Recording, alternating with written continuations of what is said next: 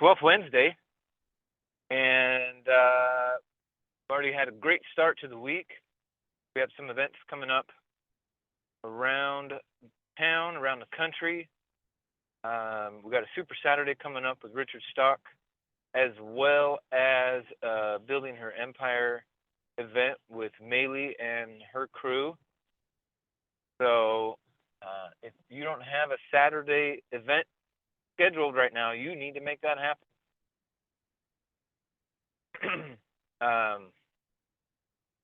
Yeah, we've had a lot of interest and activity. I've seen some more sales go in. So good job for those of you who are crushing it out there and doing your follow-ups. Remember that there's a ratio, okay? And one of the best analogies that's helped me along the way is a baseball analogy. You know, Jim Rohn. If you guys don't know who Jim Rohn is, you should be checking out his videos, his YouTube clips. He passed away, I believe, in 2009. But he was a self-made billionaire. When I mean self-made, I mean he wasn't handed a fortune. He was a potato farmer from Idaho. And he built a global business from word of mouth, following the same process that you're being taught here. And one thing that he told his team constantly around the world, well, probably especially in America, because it's about an American baseball analogy, but it's that you don't have to bat 1,000. The highest paid people in the baseball world, the highest paid people, strike out 7 out of 10 times. 7 out of 10 times out make $5 million a year. Whoa. Okay. So even if you get 1 out of 10, say yes. Doing fantastic. 2 out of 10 is a sales superstar. 3 out of 10 is some crazy genius, Mitch Nelson type of, right, that dude's actually more like 7 out of 10, but the point being, you don't have to bat 1,000. Seriously, 1 out of 10 people that you introduce to the program, if they buy, you're going to do just fine, and you're building a big enough team that's going to sustain you for years. Now, of course, do smart stuff with that money, right? Watch your classes, reinvest, do your tax strategies, return the profits back to the business, live below your means. All the smart stuff that you've been told along the way. Don't get that shiny object syndrome and chase stuff that's fleeting. It won't be worth it. But 7 out of 10, you're out doing just fine. So anyway, I know some of you have had a lot of guests come through in the last month or so, and 30, 40, 50 people have attended your events, and you've only made 4 or 5 sales. That's totally fine. Those ratios are incredible, because you just know if you invite another 40 or 50 people, you're going to get another 4 or 5 sales. And now you're making more than the average American working all year you've done in your first quarter. So keep the perspective there. If you are not getting people to the event, and your issue isn't a closing ratio, but actually getting people to the event, well, what you got to change is attending a Super Saturday. Super Saturday is of greatest importance. It's one of the Renatus culture things. Okay? If you haven't been to a Super Saturday and you've been around for a couple months, change your plan. Okay? I've been to about 170 Super Saturdays now. It's just something that I don't skip. Too valuable. It's a few hours on a Saturday morning. And I can hear some people go, Saturday morning? I got into this business for freedom. Yeah. That's why we work on Saturday mornings. For freedom. And if you got a problem working on Saturdays, you're not going to make it very far as a boss, as an entrepreneur, as someone who's controlling their destiny. If you're trying to take weekends off, that's normie brain. That's brokey thinking. That's not going to work. So if you got to rearrange something so that you're at either the Creating Her Empire event with Maylee there in Utah, or you're online, you're doing Super Saturday with Richard, you will get a return on that time. Okay, Richard has been in the top 5 income earners for a decade straight, so he definitely knows what he's doing. So take advantage of that. Show up a little early, be lively in the chats, have your camera on, and it'll pay dividends. So awesome. Great to see you all here. GM to those of you who just joined. GM, if you didn't know, is a daily habit. 20 seconds, say a GM, and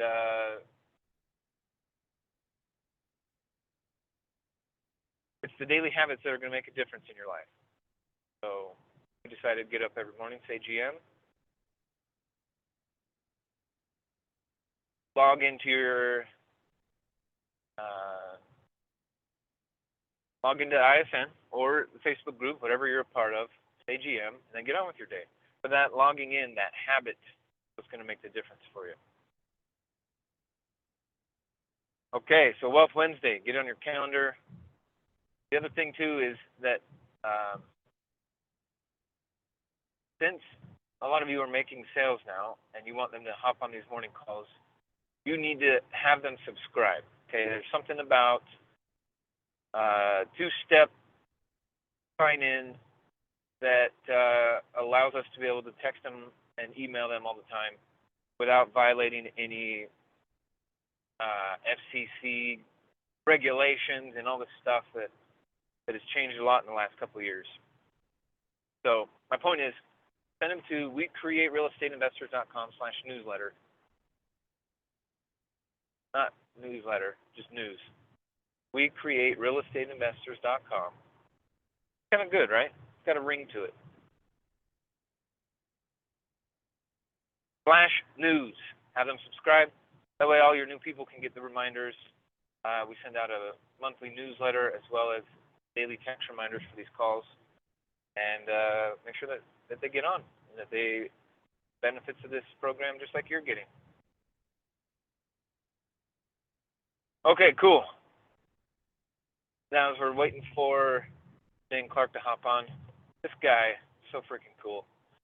I don't know if you guys know this, but we recently got into raising pigs.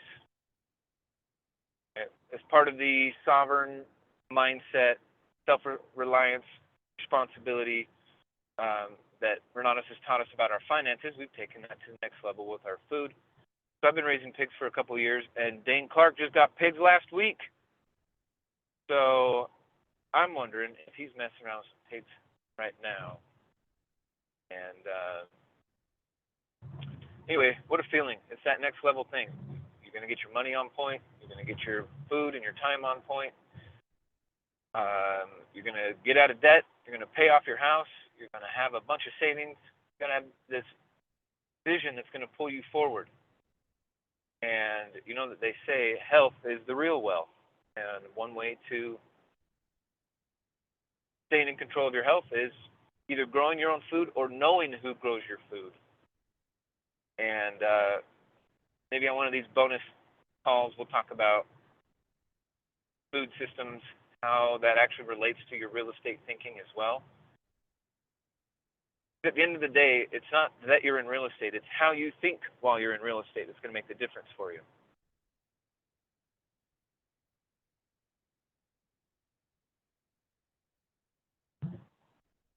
That's what's going to make the difference. What you put into your mind on a daily basis and what you do with it.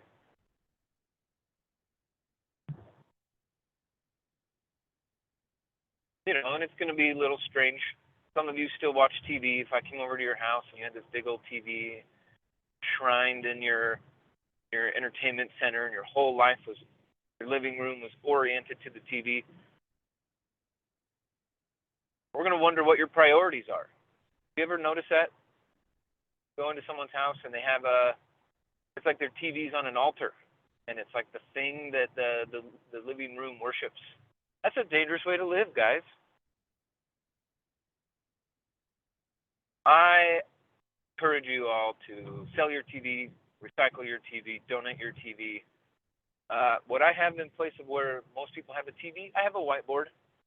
I have a whiteboard with family goals. I got a whiteboard with the vision, pictures of what we're going to be doing, what we're doing this summer, what we're doing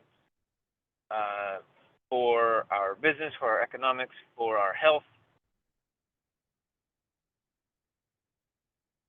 So be on purpose about that.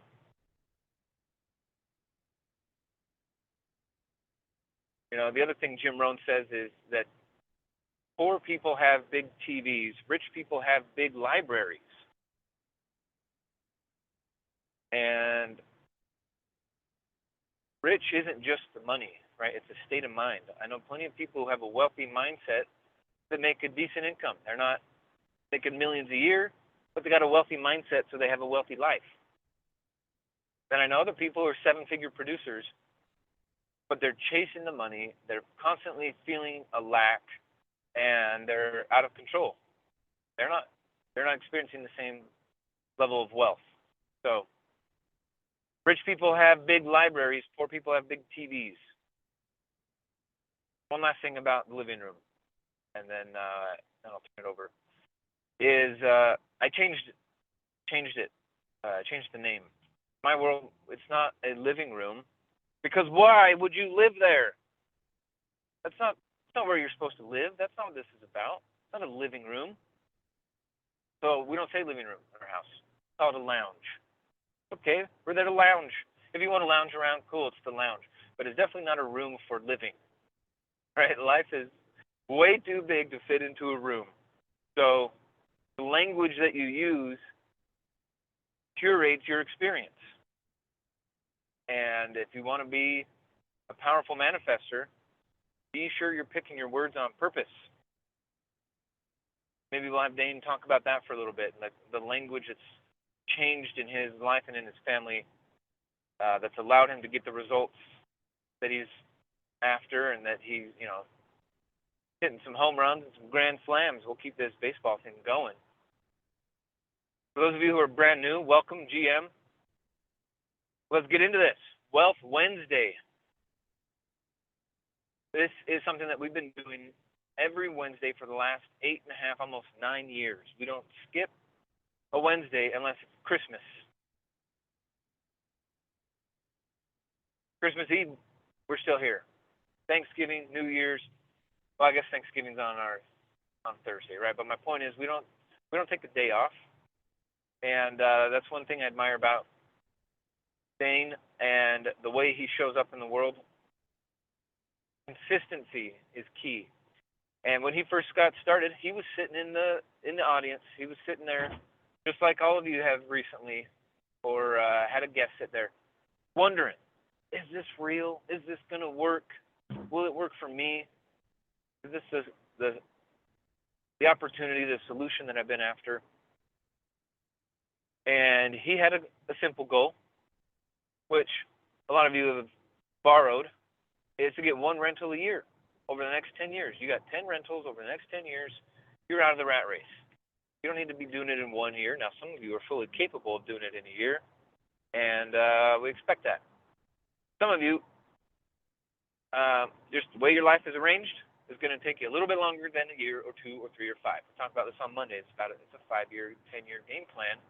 That's the vision here. So anyway, he had this goal, one a year. If I could just get one a year, everything would be all right. And as he got to work, that goal got shattered. It became something that we look back and laugh at now. Like, wow, dude, one a year? Sometimes he'll do one a quarter. Sometimes we'll call him and we'll catch him doing a deal a month. Sometimes he's doing a deal a week. And as of late, this dude is he's doing a deal a day on some of these weeks. So as you spend more time here and you're creating your life by design, you're going to up your goals. You're going to try harder. You're going to do bigger things. And one of those keys of influence is spending time with people who think that big. So as Dane has designed his life, he went from wholesaling and fix and flips and rentals to now being an engineer, a transactional engineer. The way he's put deals together, the way the money flows, the way he's reduced his risk, I love it. I tell people I get into real estate because I hate risk. I don't want to gamble, so I do real estate investing. And he's got a proven system now. He was an honored speaker at our national convention on the expert panel, and we're grateful to have him here. So everyone give a big warm welcome to the man of the hour, Mr. Dane Clark! Hey, DM, what's morning, up, Dane. guys? Happy Wealth Wednesday to Welcome. y'all. Love it. Yeah, how are them pigs? I was telling everybody that you're a farmer. We're doing good. I went and got a pig trailer yesterday, and we're building our pig shelter. It's been quite the experience, that's for sure. That's awesome, man. Well, cool. Well, thanks for being here. One thing we were talking about is that you don't need to bat 1,000, right? 7 out of 10 times you can strike out and still make a fantastic business. Changing your perspective on that, and then also what language has changed in your life since being a part of Renatus and being an entrepreneur, living a life by design. What language rules, or how you describe life to yourself? What are some examples that you could give to our new people so that they can start getting some of the benefits of this program that you're currently getting? Oh my goodness. That's those are some great questions. Let me grab my pen. I'm gonna jot down a couple of things here. So the first one being the strike, it's okay to strike out every once in a while. Um, I I can't tell you how much of an awakening I had when I first joined. A lot of you guys have heard me say that when I joined, I bought the education, and that's what I thought was going to make the difference. Like Michael said, when I joined, I was like, I just want to buy one house every year, and I thought that's what the education would do. And I watched it. I went through all of the education, not every single thing in the back office, but everything that I decided would help me buy one house a year. And so I watched all this education, and then was just like, where's the deals? What's next? Where do we go from here? Let's turn some lights on. Oh, it's really bright. Um, and so my awakening was that it's people. You make money because you help people. You buy houses because you help people, because you talk to people. And so for me as a young budding, just fresh off the dairy farm, moved to Salt Lake to go to school, and had just gotten married, and was roofing at the time because I I either lost or quit every other job I had that was not manual labor. When I had jobs that were more like talking, I couldn't do it.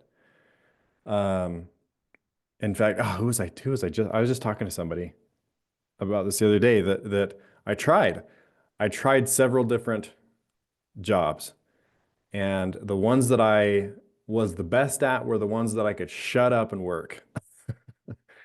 And like I did truck driving. You don't do a lot of talking when you're truck driving.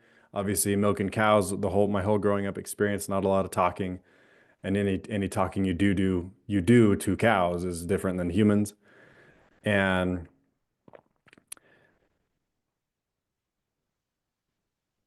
even cubicle jobs.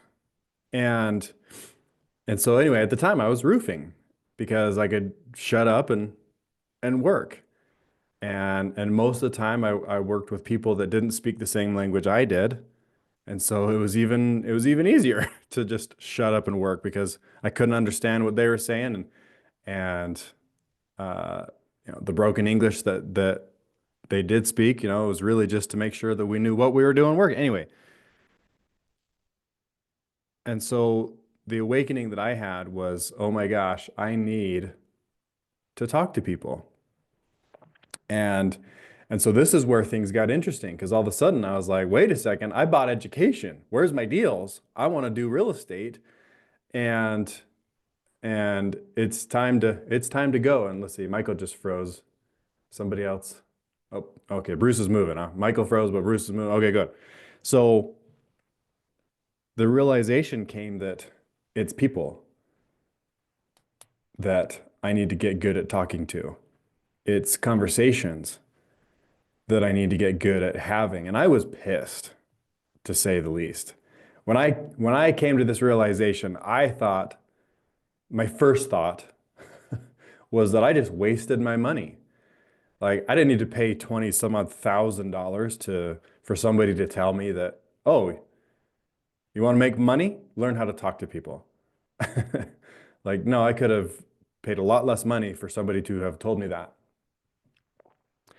And so that was the first thought is, dang it, I just wasted 20 some odd $1,000 just to learn that it's people.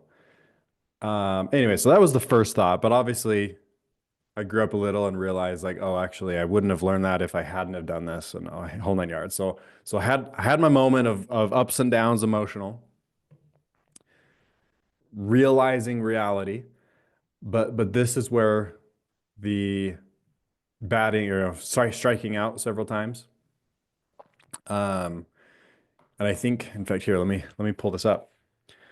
So when I first joined Renatus, and I think I've shared this before, but I had a few hundred. I don't know exact. I wish I tracked the exact number. Um, but if I were to guess, I probably had about 400 contacts in my phone. Looking at it now, in fact, even when we moved here to Idaho, I had around 2,900, something like that. Looking at it today, I have 3,312 contacts. And so even though now that I live out in the boonies where all the farmers are that don't talk to people, they just shut up and work, I'm still putting myself out there and meeting hundreds of people. And it says 2 duplicates found. We'll have to figure that out later, but whatever. 3,311, because I've got a duplicate in there, let's say, contacts in my phone. And I would say that that is the reason. The fact that I have that many people in my phone, but I haven't made $1 off of every single one of them, I've struck out on so many conversations, especially in the beginning.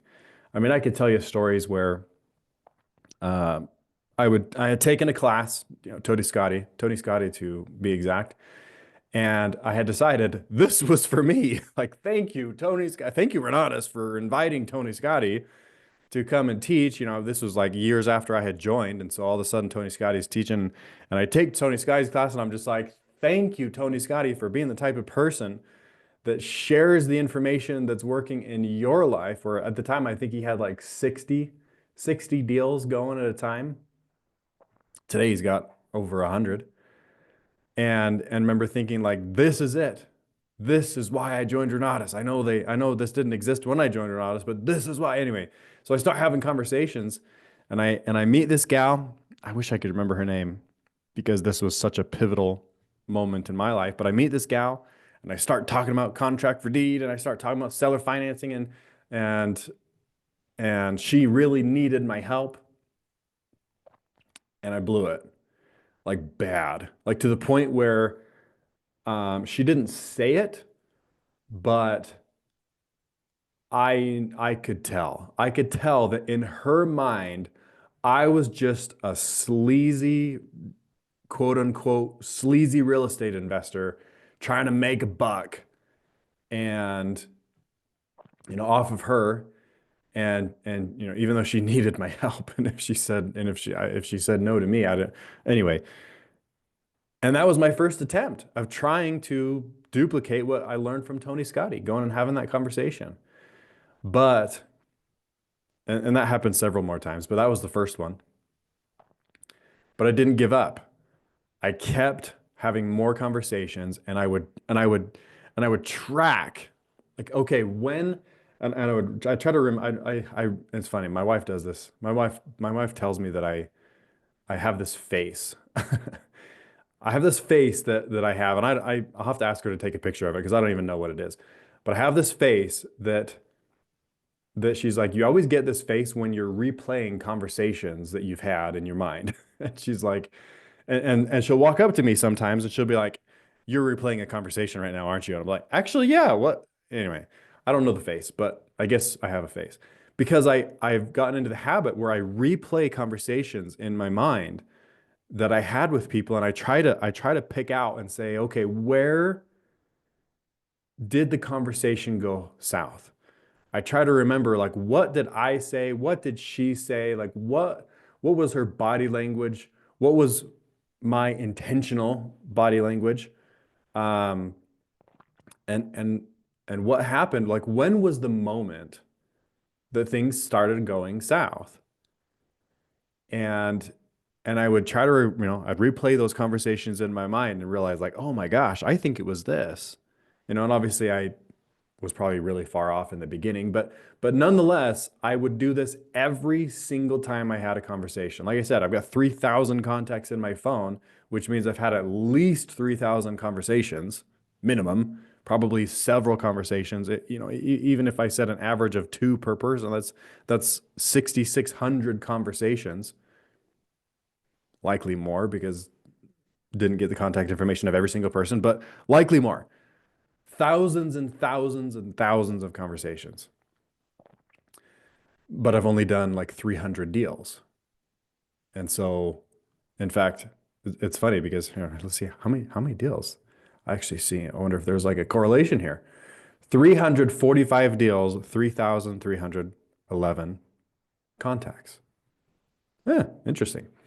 Um, but I started with 400 contacts. Anyway, so I would replay those conversations because especially the ones that I blew and and would try to pick out, like, okay, which what was said, what phrase was used when they either lit up and were like, oh, this is great, or what phrase was used and topic of conversation that caused them to be like, and just start dying. The conversation was dying off.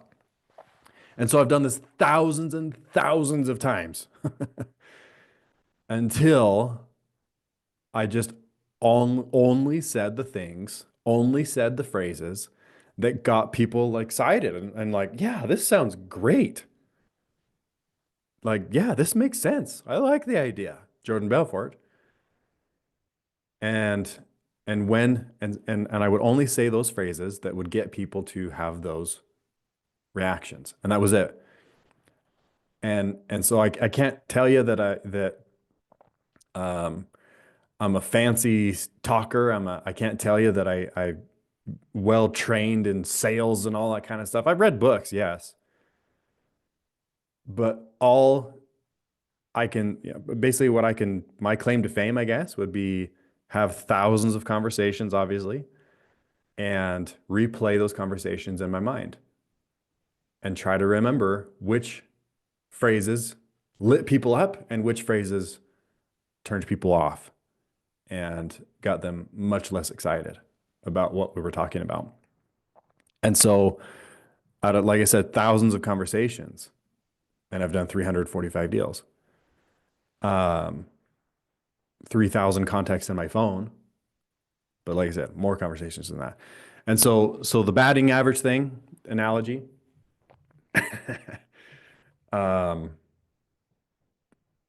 it takes a lot of conversations. And but the beautiful thing about that is that once you once you build this just into your life, like once this just becomes a part of you that you want to have a conversation, like literally, I've been building these, these I call them pig systems because I told my wife, if we're going to live on a ranch, we will not do anything that causes us that we cannot go on vacation. And so we've automated chickens like awesome. Like we could go for weeks and weeks at a time, and those chickens are automated. Cats, automated. Pigs, not so much yet, but that's the intention is that we will build systems so that we can go out of town for long periods of time. Um, and so anyway, the point is that's what I've been doing is building these systems and gathering materials and learning and all kinds of stuff. And so I was buying some just used roofing metal from a neighbor that had it on Facebook Market. And and when you I can't even stress this enough, but when you become the type of person that you're just like, I'm just genuinely interested in everybody. I want to have a conversation with everybody about their story, their lives. I want to know. And so there I am sitting in Amalga, Utah, population probably 100. And so Amalga, Utah, buying some used roofing metal from a neighbor off of Facebook Marketplace. And I ended up being there for over an hour, just talking to the guy, making a friend, talking about real estate, obviously, because he started asking, or I should say, he didn't start asking. I started, putting some fishing bait out, and he took the bait and he was asking about real estate. So there we were making friends and talking about real estate for over an hour. And I was just there to buy $50 worth of used roofing metal. Like, but added one more contact to my phone that I would call a friend. Like we were having fun shooting the bull, talking about all kinds of stuff, life, all kinds of life stuff. And then talked about real estate. And this was, I mean, when I joined Renatus, this was not my, let's call it personality. I don't believe in personalities. Like, because if if people want to argue that you're born with a personality, why is it that I am like, I don't want to say they're not the same person as I was when I joined Renatus, but why is it that I've been able to decide that I want to be a certain way that is so vastly different than the way that I was when I joined Renatus? It was just because I decided this is what I want. This is what we're doing. And that was it. Now I love everybody. I love having conversations. In fact, when I was at the Nationals, my wife was like, "Hey, I need you back as soon as possible." And so I came early and we had a bunch of conversations at the national conference. And then I kept trying to beeline it for the door. And then somebody was there that I just had to talk to, whether I didn't know them and they wanted to talk to me. And we sit there and talk for 10, 15, half an hour. Or somebody that I did know that I was like, oh my gosh, and so I kept trying to go for the door and would have 15, 30-minute conversations and ended up staying after for several hours. I've just decided that I love humans. I love people.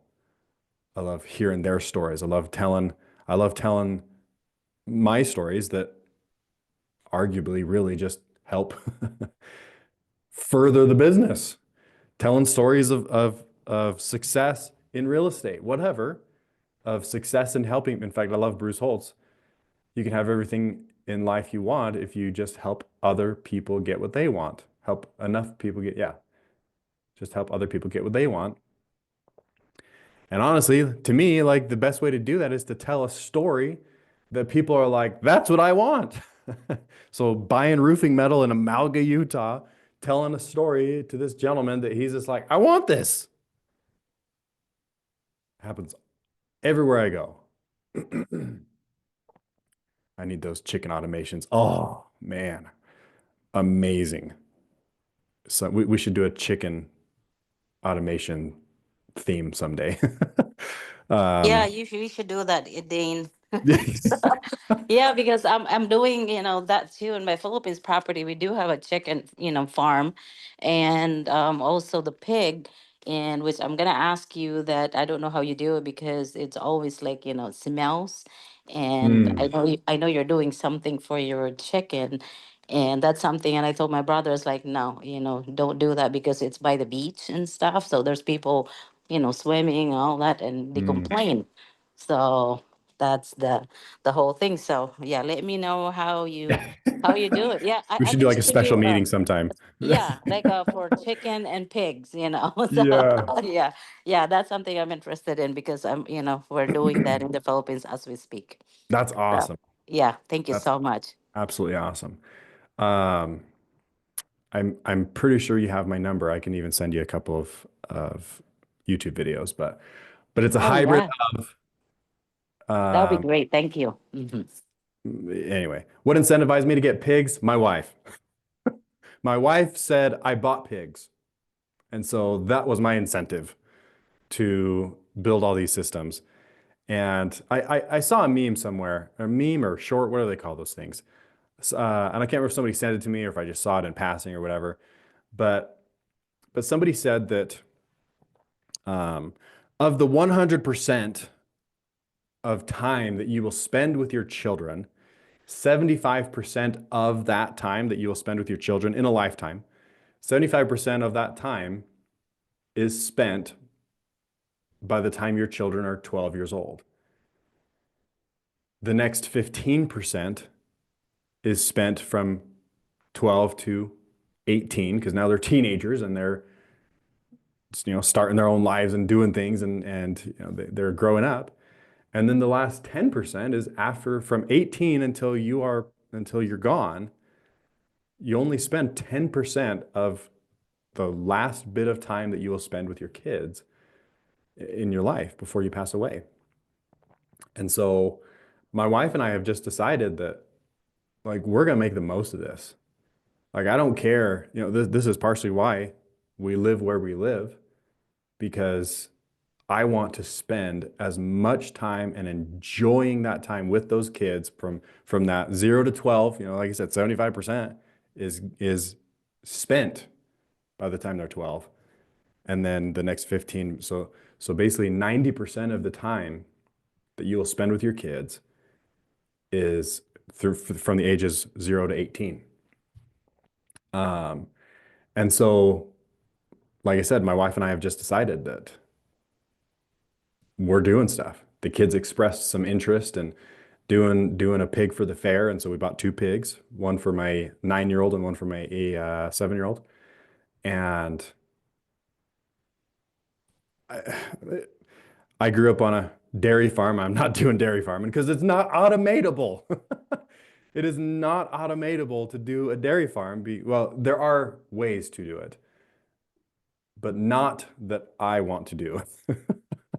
I got a neighbor that actually has a robot that milks the cows for them. They only have like 20 cows, and the cows go into the milk barn whenever they want and get milked automatically from this robot.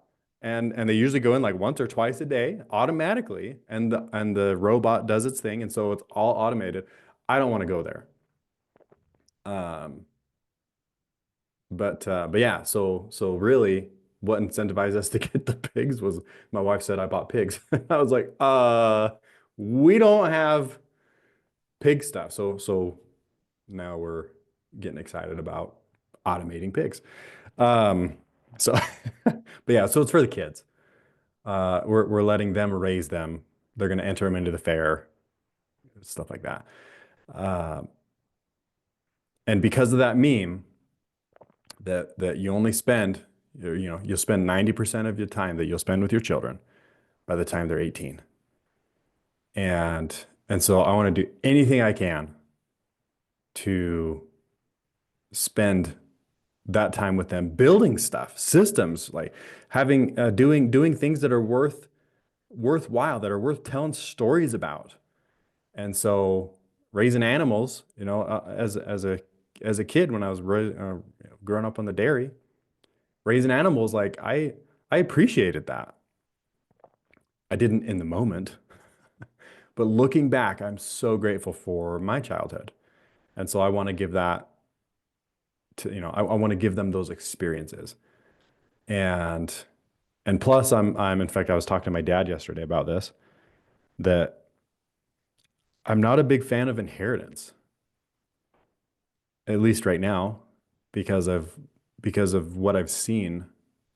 I got some crazy stories, not my own, but I've heard some crazy stories of inheritances. And so if my mindset right now is to give my kids literally zero inheritance, money wise, what's a better thing to give them? And it's experiences, it's memories, it's things that they can look back on. Like now I look back at my childhood for advice even. I look back and say, "Oh, what did my dad do? What did my mom do when they were in this scenario?" And so really, um, I'm just trying to create memories for my kids to look back on, skills for my kids to look back on as they age. Dane, I have a quick Anyway, question. go ahead. Oh, when you're done. No, go ahead. This is amazing. It's great to hear like your thought process around this. So, I work with a lot of coaches, and I believe that I hit a little bit of a block recently, and I'm in the middle of overcoming it, but it's definitely around money. And one of my coaches is like, really working with me to get rid of some programming that I didn't even know was there, like that didn't serve me basically, and replace it with new programming. So I'm just curious, what have you had any experience with that? Because I'm just curious, like what have you had to like? I've had to replace like language and like thought processes just to make sure, money's a very spiritual thing when it comes down to it. In my experience, maybe it's different. Yes. So I've had to get rid of certain beliefs, and I think a lot of people have these program beliefs that they have to. And now that I'm going through this with some like coach, I think a lot of people have these limiting beliefs that are programmed from a young age because unfortunately it's just the society we grew up in. And so I'm curious, like, have you had experience with stuff like that? Like, have you had to replace things or? Yes. Yeah, two things come to mind. I'm going to write these down. Oh, come on, pen.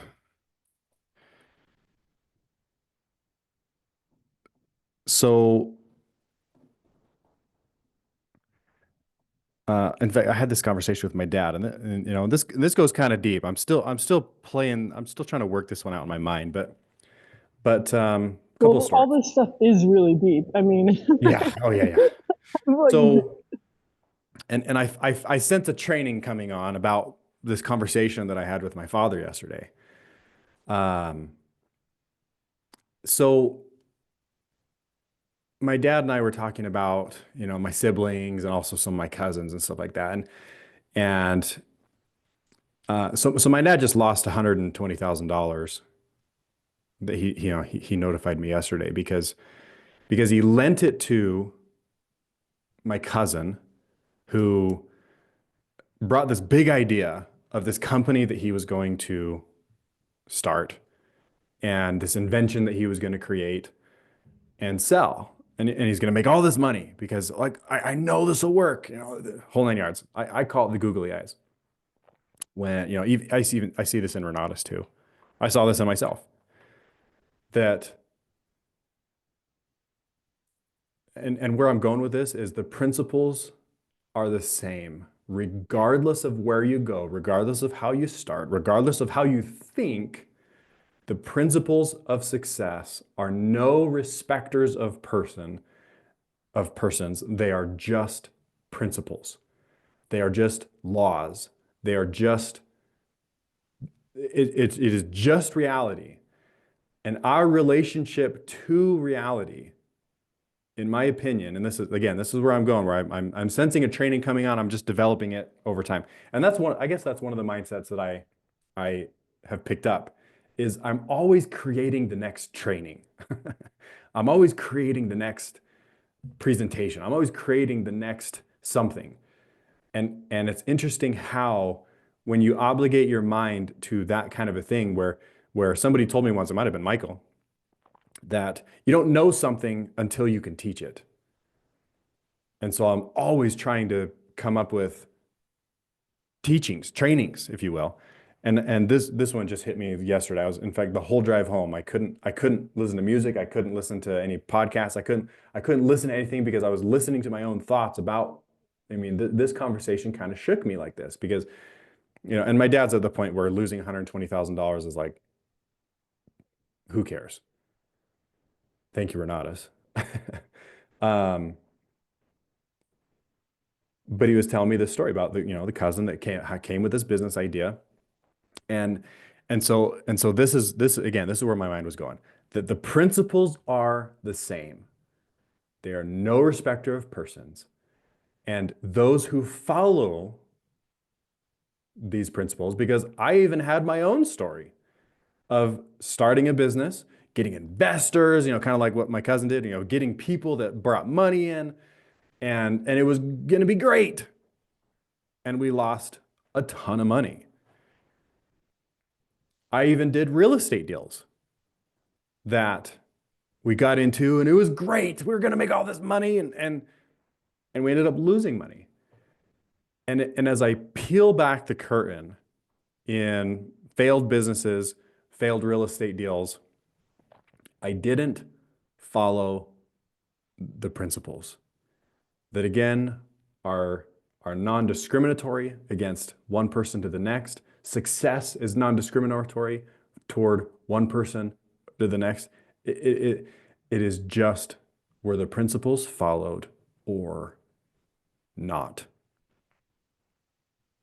Are you in touch with reality or not?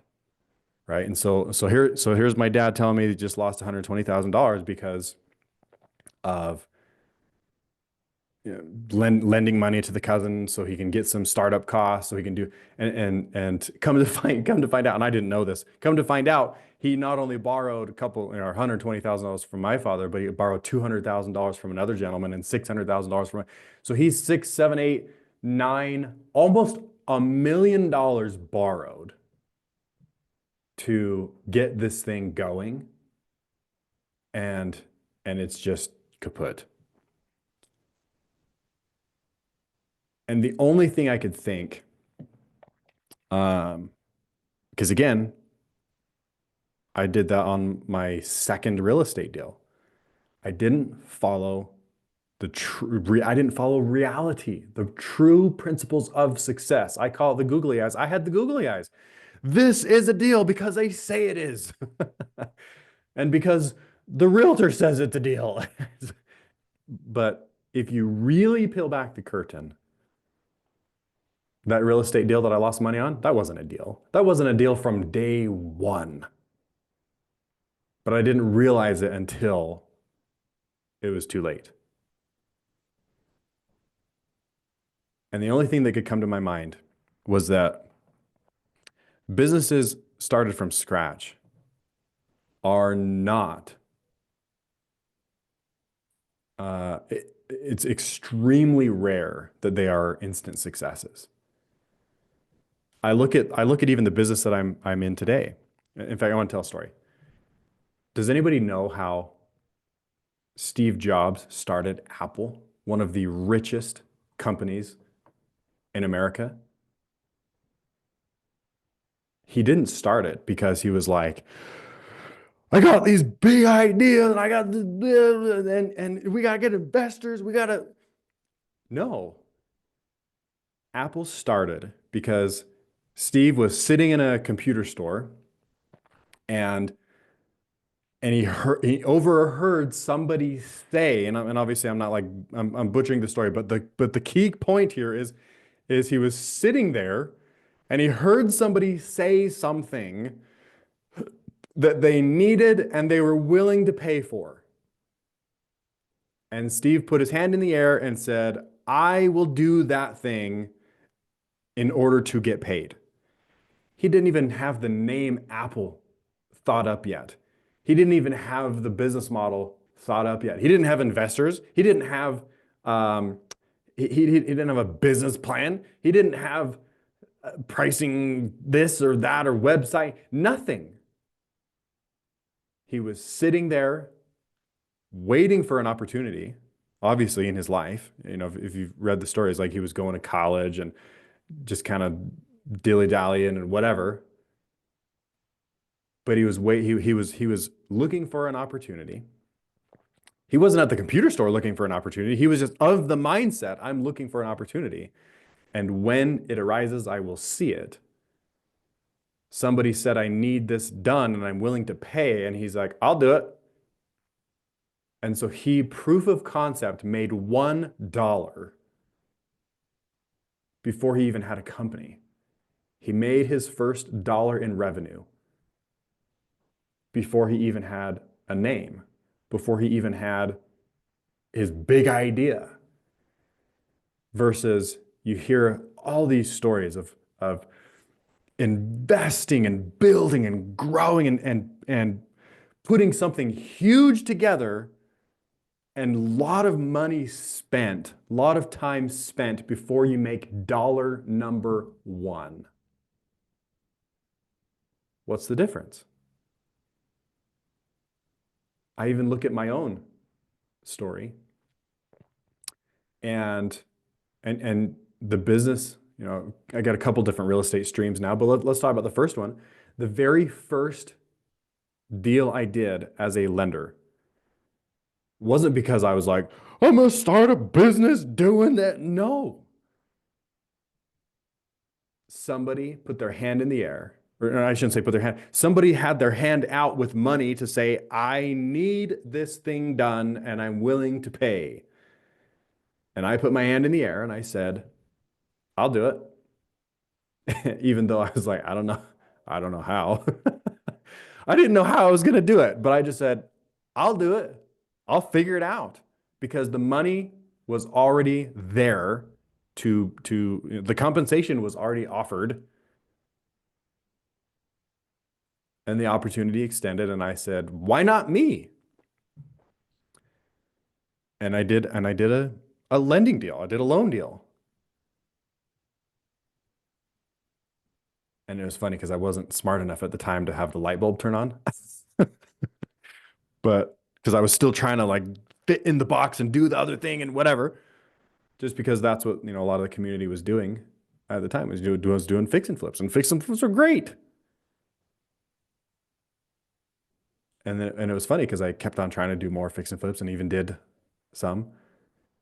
And then all of a sudden another opportunity arose where somebody was holding money out saying, I need this done. And I said, I'll do it. And so I did another loan, I had another loan opportunity, did another loan deal and made money. And after the second one, it was like, wait a second. That's when the light bulb turned on. And I was joking, and you know, in this conversation with my dad yesterday, I was joking and saying, like, the first deal I did, I saved all that stuff because it represents something to me. These, you know, principles of success, essentially. It's nostalgic to look back at my pieced together Frankenstein deal because I obligated myself, right? The highest motivation is obligation. We've talked about this before. I obligated myself to say, I will do it. I didn't know how. Money was offered to do a thing, and I said I would do it. but I didn't know how. And so I literally Frankenstein, I was pulling documents from other deals that I had done, trying to piece these together, and nothing matched because I literally had to take the PDF that I couldn't turn into a document. It's funny, AI, where was AI that many years ago? Took a PDF document and I had to like type it out myself to copy the words so that I could get the loan documents because I didn't know what I was doing. And I didn't have the money. I didn't have the money to pay an attorney to be like, hey, will you write up a note and deed for me? Even though I come to realize title companies will do that for you for free. But, but I didn't know that. And so I look at that first deal that was just Frankensteined together because somebody was holding money out saying, I need a thing. And I said, I'll do it. And I didn't know how. But we pulled it off. Frankensteined it together. I didn't have a business name. I didn't have an LLC. I didn't have a business. I didn't have a website. I didn't have a big plan and a grandiose. No. Most success stories start that way. Instead of the like how many success stories have you guys heard? And maybe there are probably some out there, but how many success stories have you guys heard where that's how it went? That they exerted all this big energy into what their business is going to be and raising all this money, spending all this money and time and building their product lists and building their website and then their grand success. Like very, very small number of success stories start that way. At least in my experience, the books I've read, the people I've talked to. Most success stories start because they were having a conversation with a human, to circle back to that. They were having a conversation with a human. A need arose. And the person said, I'll do it. And companies like Apple were born without even knowing it. Apple was born in that moment because he made $1 doing the thing before anything else. Before any names and addresses and business cards and whatever. Right? Even my seller financing business was having a conversation with somebody and they said, I need a thing. And I was just like, I'll do it. I'll help you. Somebody was like, Dane, I'm trying to buy a house. I've got $100,000 to put down. And from Tony Scotty's class, I knew I wanted to do something like this. But I didn't build advertising and investors and systems and business, nothing. I watched the class and now all of a sudden I was like, oh, this exists. That it went from this didn't exist in my life to all of a sudden like, oh, that's a thing. Oh, seller financing, contract for deed, that's a thing. Cool. And then I just listened differently as I'm building my 3,000 contacts in my phone. As I'm building 3,000 contacts in my phone, and I'm meeting people. And somebody's like, Dane, I'm trying to buy a house for $400,000 and I've got $100,000 to put down. Just happened to be talking to that person. And I'm just like, I'll do it. And helped the guy buy the house. I don't think it was until I had done like 2 or 3 deals where I was like, oh man, we gotta get an LLC. Like because we were off to the races first. We were already doing deals, making money. And then I was like, oh shoot, I gotta get an LLC. I gotta get a name. We gotta have some order to this. It wasn't until after because we were already making money. And so,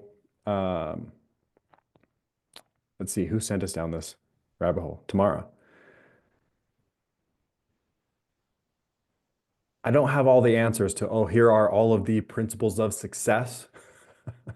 But I hope that these, the contrast in some of these stories is making sense. That look back at failed, look back at success, look at your own fail and success stories, look at other people's fail and success stories. And at the end of the day, the deals were no respecter of persons. The success stories were no respecter of persons. Like my cousin that's just probably losing everything at this point because of his big idea.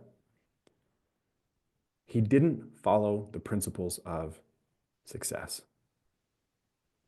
Another funny story. I was one of the jobs that I had. I was doing tech. I was building websites basically for a small startup company, and I didn't realize this at the time. But same idea. He went and got $1 million SBA loan. And he had this grand idea, building this big website, doing, hiring all this staff and I didn't realize that he spent $1 million. He burned through that $1 million SBA loan. And they had already been working for like 8 months. And I came on the staff around, 8 months later. And it was when I was working there that all of a sudden they were celebrating. They're having this big celebration. I was like, what's this about? And they're like, we made our first sale. And they made like $8. So spend $1 million SBA loan building all this infrastructure and exciting things and websites. And they were so focused on building their business that they weren't focused on helping people get what they want first. Needless to say, $8 of revenue and $1 million SBA loan, I was laid off because the company didn't exist anymore. You can't go spend $1 million building your infrastructure and then expect to produce $8 revenue at a time and live.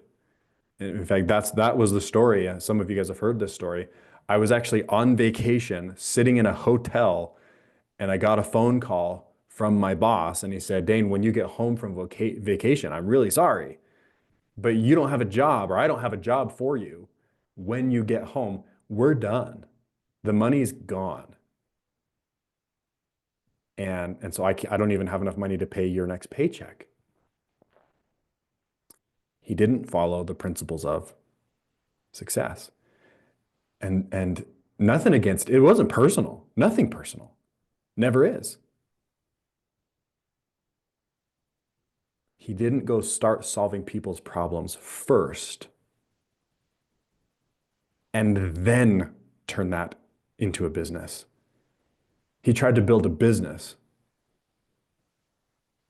and then try to solve people's problems with his business. That's not how businesses are made. You solve problems first. Realize what people are willing to pay for, because you're just having a random conversation with somebody, and the more we're not as educated you are, the better ears you have to listen to people's stories, the more information you have to perk your ears up because they say something and you're like, hey, Jeff Armstrong said this in his class. I can solve your problem.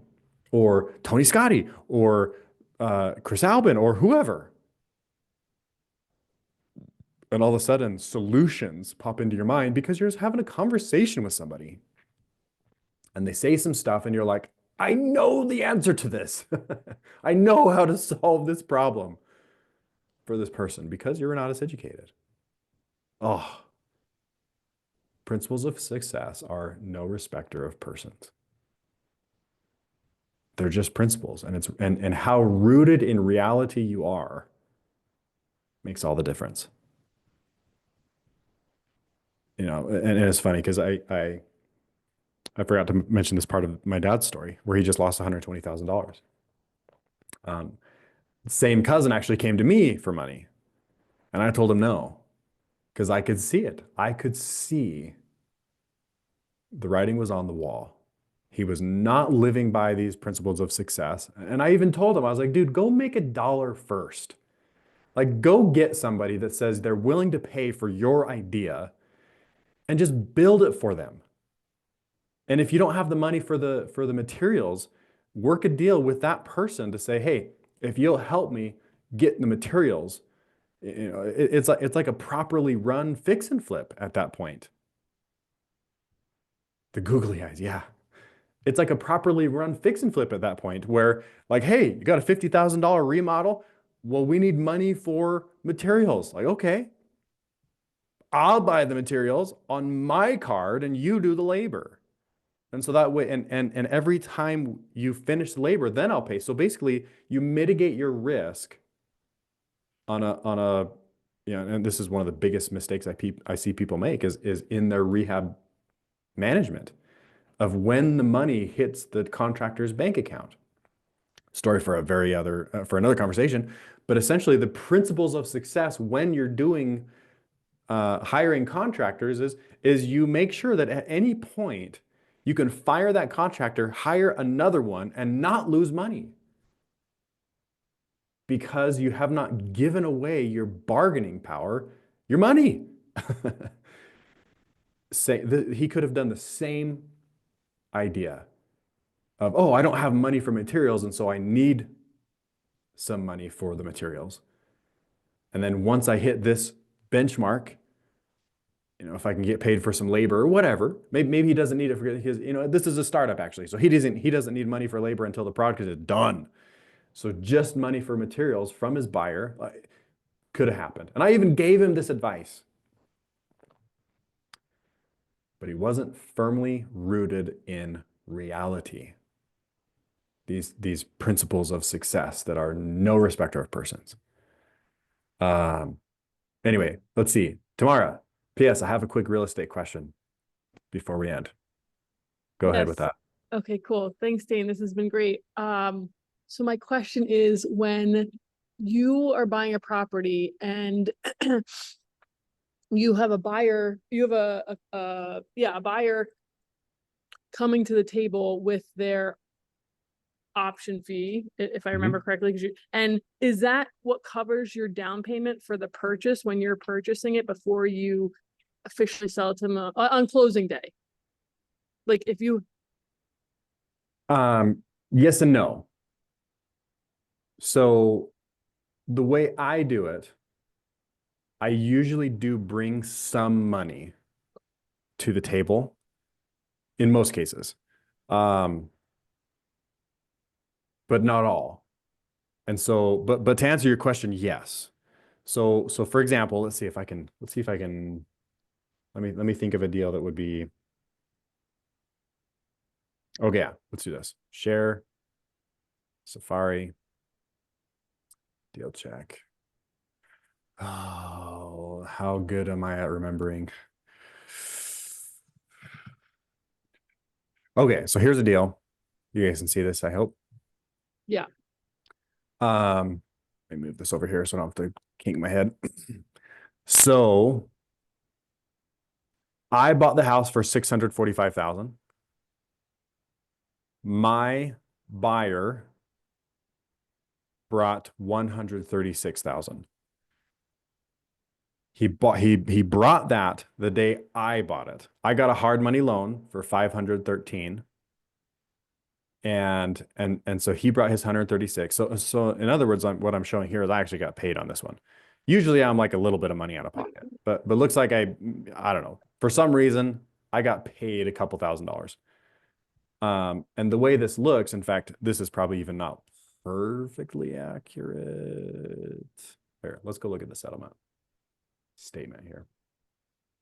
Actually, yeah, we don't have time for that. Let's pretend that this is the settlement. So settlement statement shows purchase of 645, loan amount 513, some closing costs for property, let's see, title insurance and recording fees and agent fees and stuff like that. And these are all my boilerplate numbers for my template, and that's why I'm like, this isn't perfectly accurate, but this is an oddball number.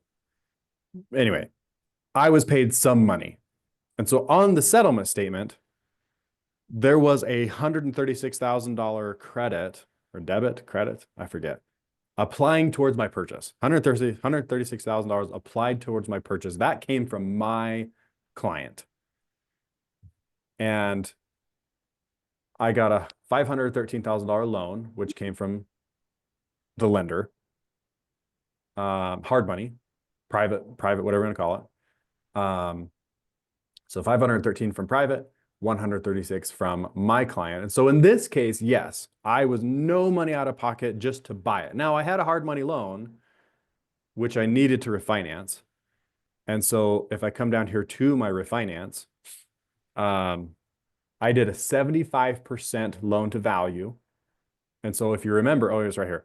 So let's pretend this is my second settlement statement because now I'm refinancing. So I had a settlement statement when I bought it. Now I'm refinancing it. So there's another settlement statement for my refinance. And I'm getting a loan. I had a loan for 513. I owed them some interest. Do I have interest on here somewhere?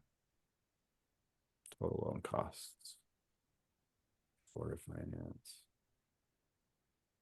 Oh, it's going to be built into here for my interest, but whatever. So that's where this is. But anyway, so second settlement statement. I get a loan for 483, which is less money than the original loan I got. I did this on purpose. And so that means I had to bring cash to close. So just off the top of my head, that's like $30,000. Yeah. So I had to bring $30,000 to close to get a 75% loan to value.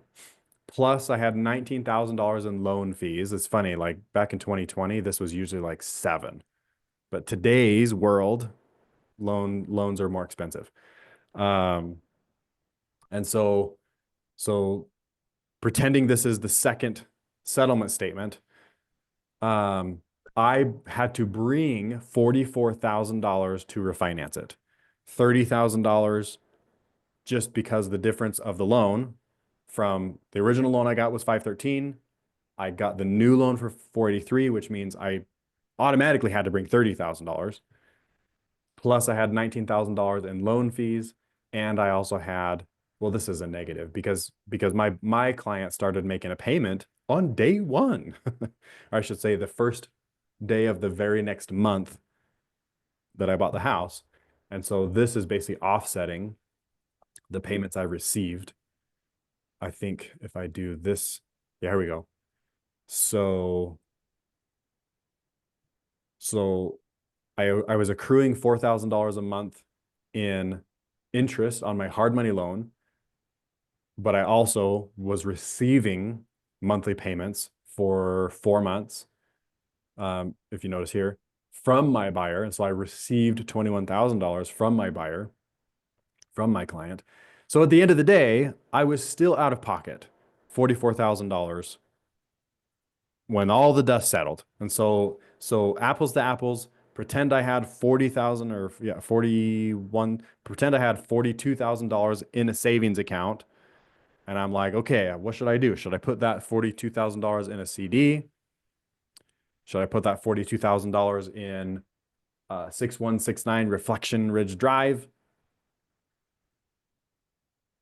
CD, Reflection Ridge Drive. Because if I put $40,000 in a Reflection Ridge Drive, and now that the bank account is, instead of having $42,000, has $0, I will start receiving $4,700 a month. I got to pay the mortgage payment, but I will basically start receiving $1,427 a month off of that.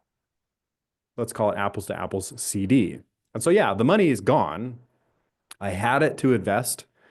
I invested it into Reflection Ridge Drive, and now I'm receiving $1,427 a month in cash flow, which is a 40.8% cash on cash return versus if I was like, oh, let's take that $42,000 and put it in a CD, probably be like 5%, I think, maybe 4, I don't know, not much. And so to answer your question, it's kind of a hybrid, because if I would have bought this house for $645,000, I'm not a head math person, but $645,000 times 0.25, because I did a 75% loan to value, or in other words, I put 25% down. That would have been $161,000 down payment. But because I received 136,000 from my buyer, my 25% down payment was offset so that I really only had to bring 44 or 42 at the end of the day. So I hope that makes sense, that I put 25% down. Yeah. That was mostly reimbursed from my buyer because they put 20% down, I put 25. And I do that because of personal preference. I could have gotten an 80% loan to value. In fact, here, let's do that. I could have said to my loan officer, oh, get me 80% loan to value. The interest rate would have been higher. And the payment would have gone up, but yeah, even at 80%, so now I would have been $11,000 out of pocket. So you can see that I could have just borrowed more money and completely wiped out any cash that I was going to have to bring to the table. I don't do that though. I like to have 75% loan to values just for my sanity, I guess, for my Peace of mind. Yeah, good loan to values, lower risk. I have the money anyway, sitting in the, like I said, sitting in the bank account, like, oh, I should buy some CDs or reflection ridge drives, basically. Like where am I putting my money? And increases cash flow when I do that, lowers the interest rate, reduces risk. And so it's my comfort zone, let's call it. Instead of, in fact, back to the principles of success. Because they're no respecter of persons, when stuff goes south, I like to be in a much better position because it gives me more choices. When I see somebody that's like, oh, Dane, I'm doing 90% loan to values. Like, good on them. Congratulations. In a 90% loan to value, or let's even do, I don't see a lot of those in existence. Let's say 85. 85% loan to value. Like, oh, Dane, look at this. You could cash out $20,000. True, you could. But here's the problem I have with that is, what if something goes south and you have to take this property back, have to deal with them trashing the place, resell it either on seller financing or outright, just sell it as is. I mean, there's not a lot of things that have to happen where you're losing money at that point. And so back to, again, principles of success, there's no respecter of persons.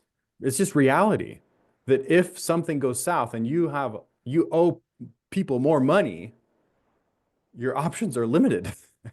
And so I just choose to do better deals that work in my favor if I do a 75% loan to value. It's not wrong or right. It's just that principles of success rooted in reality, that things can happen. And here's how we hedge against those. And so anyway, so to answer your question now, that was the long answer, I guess. Ooh, did I do that wrong? 75%. Okay, yeah.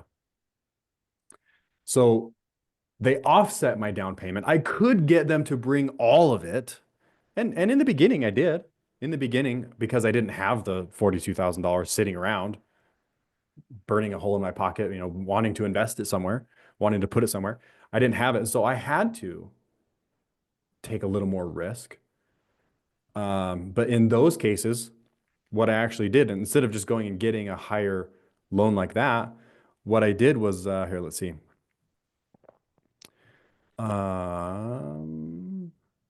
Refinance. Where do I want to put this? Here, let's do this. So when I didn't have the capital, let's go to refinance costs. Let's add a private lending partner. And what did I say? $42,000. Let's say I have someone, just anyone that I was just happened to talk to, and they're just like, oh yeah, I've been wanting to put my money to work. I'm just like, I'll help you. Not because I have a business that, I mean, I do now, but not because I have a business, but holy crap, just because this came up in conversation, like, let's do something. So I get that person that's like, yeah, I want to put some money to work. I got hundreds of stories about this exact thing. $42,000 comes from a private partner that's like, yeah, I want to invest in real estate. He's got $42,000 in the savings account and is burning a hole in his pocket. Oh, should I buy a CD? or should I invest in real estate? Oh, dude, do this deal with me. Anyway, so negative $42,000 means that it came out at the refinance period. However, let's see, where's my itemized costs? Partner share. What do we want to give him? Let's see. The deal is producing 40% cash on cash. And so what if I was like, hey, dude, $42,000 times point, I don't know, 12% interest divided by 12. That's $420 per month, which I should have been able to do that because that's 1% a month. So $42,000 that he gives me to reimburse any cash I was out of pocket. And now he starts receiving $420 a month. He or she starts receiving $420 a month. So yeah, my cash flow is now only 1,000, but I was literally negative 70. Like I'm zero money out of pocket in this scenario, giving somebody 12% return ROI on their money. And so the deal for me is infinity percent because I'm zero money out of pocket.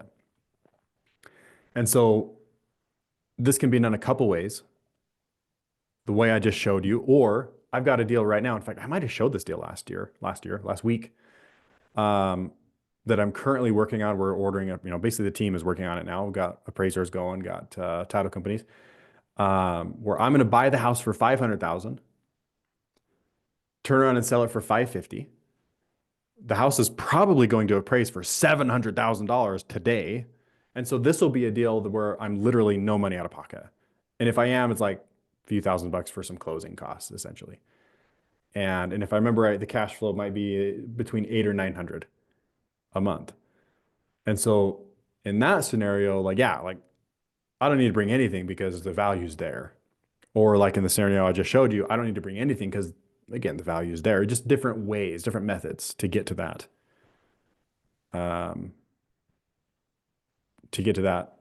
Overall ending. And so now I need to undo this though, because I didn't do this. And let's see. Now, Dane, do you pass, through the closing costs to the buyer, or do you Kind of. keep that? Okay. So if I bought this for 645, I sell back to them for 645,000 times 1.1. I basically add 10%. So I sold it back to him for 7,095. And so that offsets my closing cost. Oh, okay. And then some. Okay. All right. Thanks. So, but yeah, great questions. And you run all your numbers in this, you program this app to do what you need, right? Yeah, to this run is all your numbers. Yeah, this software is designed for BRRRR method. So buy, rehab, rent, refinance, repeat. And so you'll notice that like my buyer is the thing here says gross rent, but I don't know what I just did. Let's go backwards. So this here says gross rent, but really this is their PI, principal interest.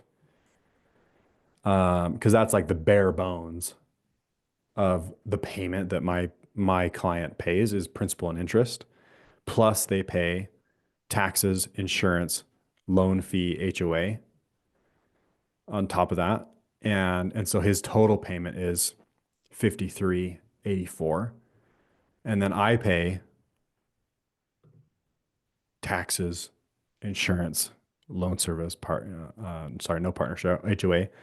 And here's my principal and interest payment as well. And so I've basically morphed this into what I want it to be, but it's Burr method software.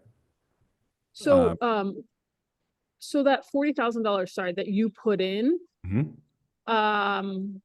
how do you end up getting out? I know that I might be missing something. Is it through the cash flow, or no, that is the refinance. So how do you end up getting that out? Yeah. Like, So I had back to my story. I had $42,000 sitting in a savings account. Let's pretend that that's exactly what I had. That account is technically now zero because I put that into this house. And so I had 42,000. I was like, oh, should I buy a CD or should I do this deal? I did this deal. So now $42,000, zero. It's gone. I am cash flowing 1,400 per month. And so let's pretend it's the same bank account. Actually, it is. So same bank account is now getting $1,400 a month cash flow. And so it's growing by $1,400 a month. But if my client, in fact, I got a text from this very client, like, I don't know, a couple weeks ago. And he's like, hey, I think I might be able to refinance you out. And so if he refinances me out, I'm going to get that $42,000 back, plus some actually. So here, let's do the math. So if he bought it from me for $7,095 minus his $136,000 down payment, he owes me $573,000, minus a little bit of principal payments. But let's just leave it at that for kicks and giggles. And I owe my bank $483,750. And so if he owes me $573,500 minus I owe my bank $483,750, I will cash a check when he refinances me out for $89,000, basically $90,000, $89,750. And so let's tell the story in just the bank account. I had $40,000. I did this deal, then I have zero, right? Because I used all $42,000 for this deal, so now I have zero. Let's say I go 1 year of $1,400 a month payments. This actually let me do years. And so I had $42,000 in the bank account. Then I had zero because I did this deal. And 1 year later, now that bank account, if I didn't spend any of it, now that bank account has $17,000. Are you with me so far? yeah. Because of cash flow. Now, let's say 1 year later, let's go 2 years. Let's just keep it at 1 year. So 1 year later, I have $17,000 in the bank account because of cash flow. And he's like, oh, I'm going to refinance you out. And so he refinances me out. I'm going to cash out $89,000. And so 89,000 plus, let's see, 17,000. Ooh. 89,000 plus 17,000.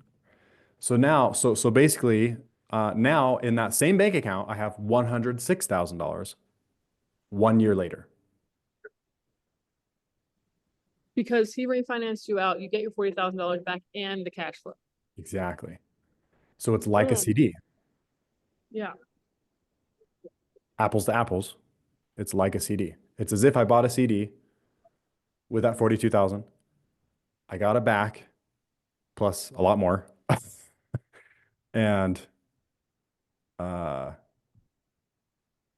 do it again. I don't even know what the return on that is, but So can Pretty we good. can we plug in the deal next week that I'm doing this? It's my first deal that I'm moving over from. It's like I did what you did, just a little bit different terms. But can we plug the deal that I'm in the middle of moving into seller finance into this next week? I'm gonna say yes if we do it fast because I do have to jet here. But here, let's do this. Oh, I meant next week, but now works too. Oh, next week? Yeah. If you're cool with next week, let's do it. Yeah, next week. Cool.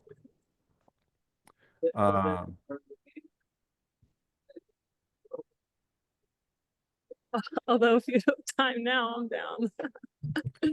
Yeah, let's do it next week. Okay. So in fact, it's going to be over 100% return because it was in 1 year. So if I basically do 106,750 divided by my original $42,000 invested,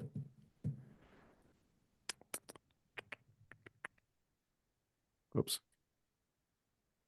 to annualize that return, that would be 254% annualized return. So it'd be apples to apples if a bank was advertising a CD that said 254% interest on your money if you put your CD in for 1 year. I'm okay with that. Wow. And you only get that in Renatus, right? Oh yeah.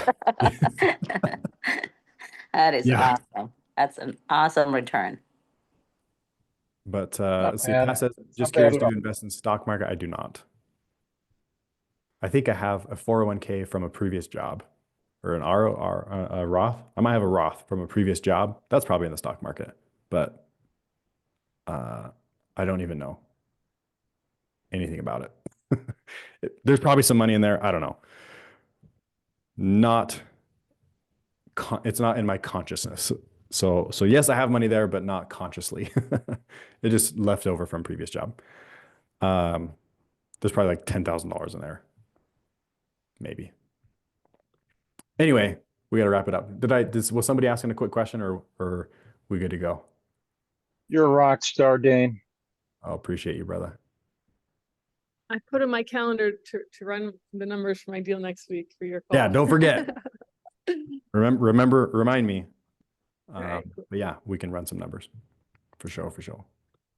Awesome. Thank you. And I'll have my first deal in the next week or two. Nice. So I'll bring a Congratulations. case study. Cool. Appreciate you all. Take care. Go have conversations. Love people. And make it happen. Love you all. Take care. Thank you so much, Dane. Thank you, Michael. Thank you, everybody.